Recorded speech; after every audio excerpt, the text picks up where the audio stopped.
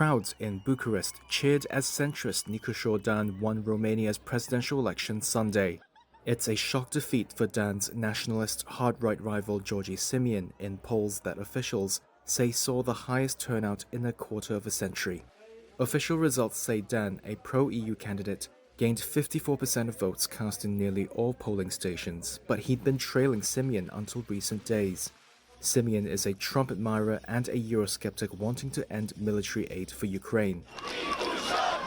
However, Dan, a 55-year-old mathematician who was mayor of Bucharest, made a last-minute dash to the top. He'd campaigned on a pledge to fight rampant corruption and to keep up support for Ukraine, where Romania has played an important role in logistics. He spoke after his victory. Elections are about community. In today's elections, a community of Romanians who want a profound change in Romania won. A community that wants the proper functioning of the government institutions. A community that wants a reduction of corruption. A community that wants a prosperous economy.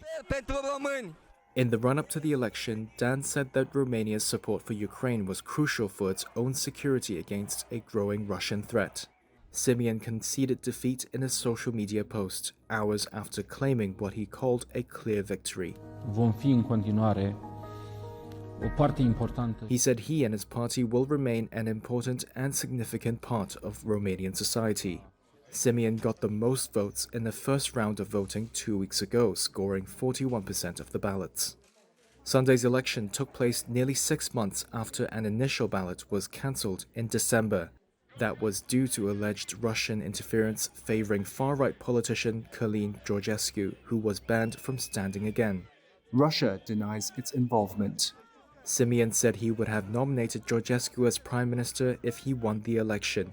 Analysts say if Simion had won, it would have meant isolating Romania abroad, eroding private investment, and destabilizing NATO's eastern flank.